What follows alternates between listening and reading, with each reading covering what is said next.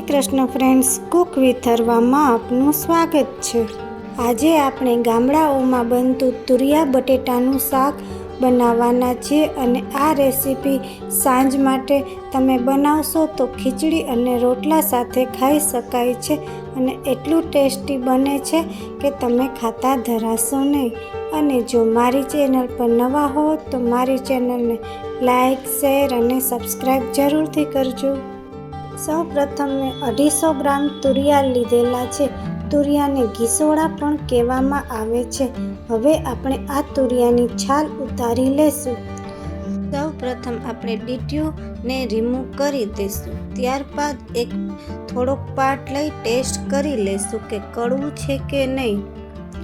તુરિયા કડવા હોય છે, જો કડવા હોય તો ફેંકી દેવાના રહેશે, પણ આપણું તુરિયું કડવું નથી। હવે આપણે આ તુરિયાની છાલ ઉતારી લેશું છરી વડે સહેજ થોડી જાડી છાલ ઉતરે છે અને તેનો સંભારો બને છે। આ રીતે આપણે એકદમ સરસ ચોખ્ખું તુરિયું કરી નાખવાનું છે। છાલ ન રહે તે રીતે આપણે તેની છાલ ઉતારવાની છે અને આટલી આપણી છાલ નીકળેલી છે। ત્યારે અમુક લોકોને તો તુરિયા આવે છે કે નહીં તે પણ ખબર હોતી નથી। આ વિસરાયેલી વાનગી છે। હવે આપણે તુરિયાનું કટિંગ કરી લેશું। 2 પાર્ટ કરી અને નાના પીસ કરી લેશું અને તે ડાયરેક્ટ પાણીમાં એડ કરવાના છે। આ રીતે આપણે બધા તુરિયાનું કટિંગ કરી લેશું।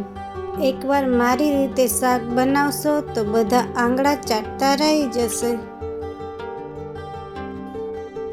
એક મસાલો કરી લેશું।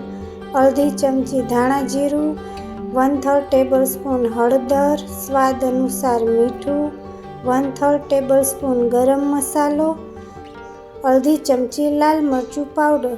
બધી વસ્તુ બરાબર મિક્સ કરી સાઈડમાં રાખી દઈશું। લસણની પેસ્ટ હું બનાવીને તૈયાર જ રાખું છું, એટલે 1 ટેબલસ્પૂન લસણની પેસ્ટ અને 2 ટેબલસ્પૂન પાણી એડ કરી મિક્સ કરી દઈશું અને તેને પણ આપણે સાઈડમાં રાખી દઈશું। આમાં મેં લસણ અને લાલ મરચું પાવડર 2 જ વસ્તુ એડ કરેલી છે। હવે આપણે કુકર લેશું, તેમાં 4 ટેબલસ્પૂન તેલ એડ કરીશું, અડધી ચમચી જીરું એડ કરીશું। સૌથી પહેલાં આપણે જે પેસ્ટ બનાવેલી હતી તેને એડ કરવાની છે। પહેલાં એડ કરવાથી ટેસ્ટ શાકનો સરસ આવે છે અને આપણે બધું મિક્સ કરી 1 મિનિટ સાંતળી લેશું। કુકરમાં શાક કરવાથી ફટાફટ શાક બની જાય છે। એક ડુંગળી એડ કરીશું લાંબી સમારેલી, 1 ટમેટું એડ કરીશું। બધી વસ્તુને બરાબર મિક્સ કરી 2 થી 3 મિનિટ સુધી આપણે ચડવા દઈશું।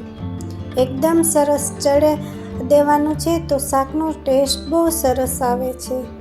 તેલ પણ સરસ છૂટી ગયેલું છે અને ડુંગળી ટમેટાં પણ સરસ ચડી ગયેલા છે। હવે આપણે આમાં તુરિયા એડ કરીશું। એક મોટું સમારેલું બટેટું એડ કરેલું છે।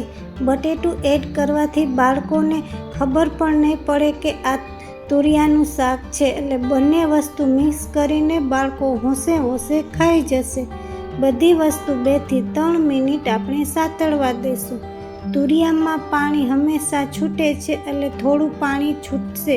તમે જોઈ શકો છો કે પાણી સરસ છૂટી ગયેલું છે, એટલે આપણે આમાં પાણી એડ કરવામાં થોડું ધ્યાન રાખવાનું છે। 2-3 મિનિટ સતળાઈ ગયા બાદ જ આપણે બધી વસ્તુ એડ કરવાની છે। હવે આપણે મસાલો બનાવેલો હતો તે બધો એડ કરી દઈશું અને કોથમરી એડ કરી ફરીથી મિક્સ કરી દઈશું। તુરિયામાં પાણી છૂટે છે, એટલે આમાં શાકમાં પાણી એડ કરવામાં થોડું ધ્યાન રાખીશું। મેં આમાં નાનો અડધો ગ્લાસ પાણી એડ કરેલું છે। જ્યાં સુધી પાણી ઉકળે ત્યાં સુધી આપણે કુકરનું ઢાંકણું બંધ કરવાનું નથી। ત્યારે ઘણા ઘરમાં તુરિયાનું શાક બનતું જ નથી। તમે જોઈ શકો છો કે પાણી સરસ ઉકળવા લાગેલું છે। હવે ઢાંકણ ઢાંકી 5 વિસલ વગાડી લેશું। 5 વિસલ વાગી છે અને તમે જોઈ શકો છો કે શાક એકદમ બનીને તૈયાર છે અને કલર પણ સરસ આવેલો છે. હવે જોઈ લેવાનું છે કે બટેટાને તુરિયા ચડી ગયેલા છે કે નહીં. આપણું શાક એકદમ બનીને તૈયાર છે. અને જો તમારે ખાંડ એડ કરવી હોય તો આ સમયે તમે ખાંડ પણ એડ કરી શકો છો. હવે આપણે આ શાક ગરમ ગરમ સર્વ કરીશું. જો તમે આ શાક સાંજે રોટલા, રોટલી અને ખીચડી સાથે સર્વ કરશો તો બધાને મજા પડી જશે.